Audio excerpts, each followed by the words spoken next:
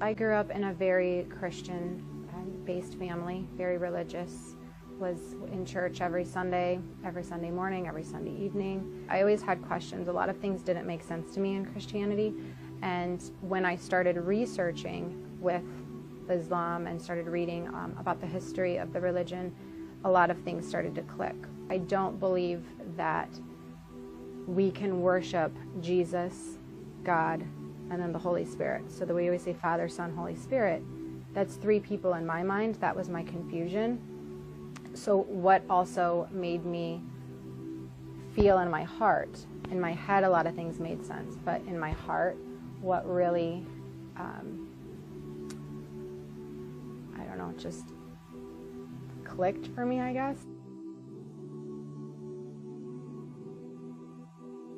I had a rough year of a lot of, personal things, and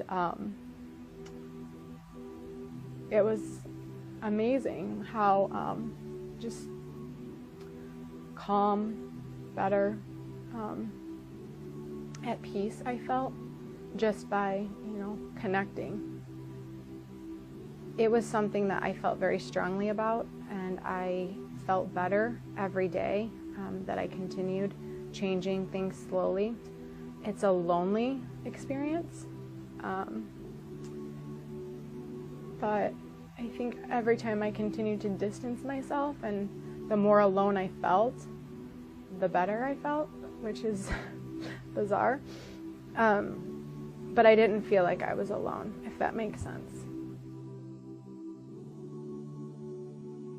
The reason I became interested and intrigued with Islam was I actually was at a work lunch and was presenting a lunch to a physician who was not eating. He was not eating, he was not drinking. He actually was practicing Ramadan, and I didn't know at the time what that was. I didn't know anything about it. But what hit me was the fact that he told us no drinking, water, nothing. He didn't even chew a piece of gum all day, and that was the sacrifice that he had made for a full month.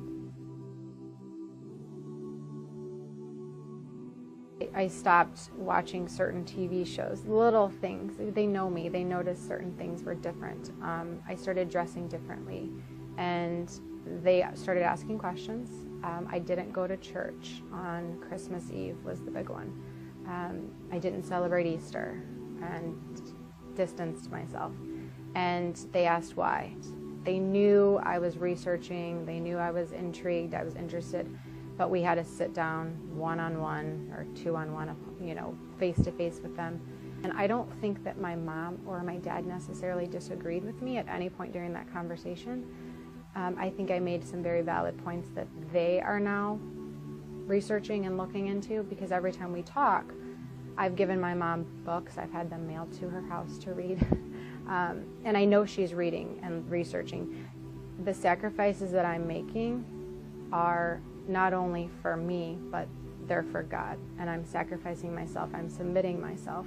And at the end, it's just me and him. And the feeling and understanding of that,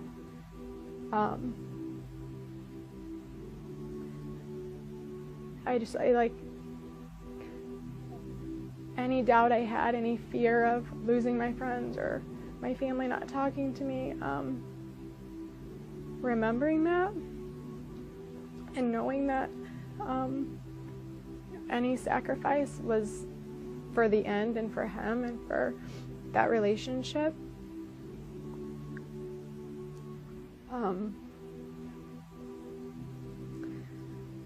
Sorry.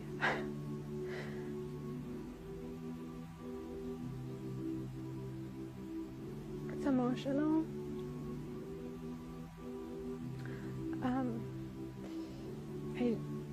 There's not a lot of things in life that give you an opportunity to start over, I guess, or better yourself and be forgiven in the way that God forgives you.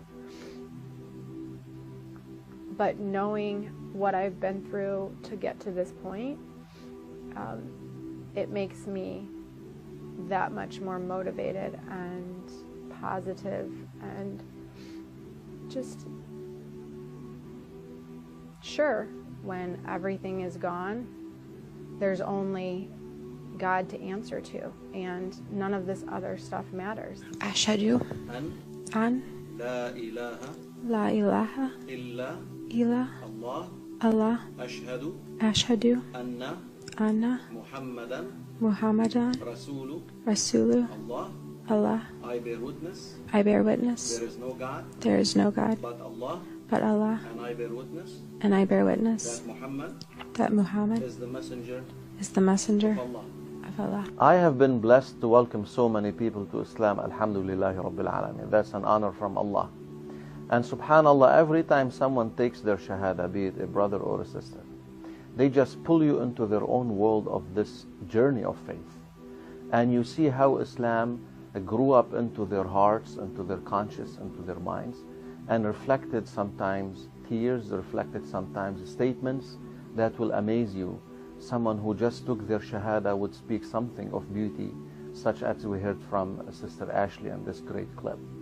I hope and pray that if it was only one person would be more steadfast on his faith, that if someone saw this sister and reflected on such a journey, that they will embrace Islam themselves, that it will be worth it.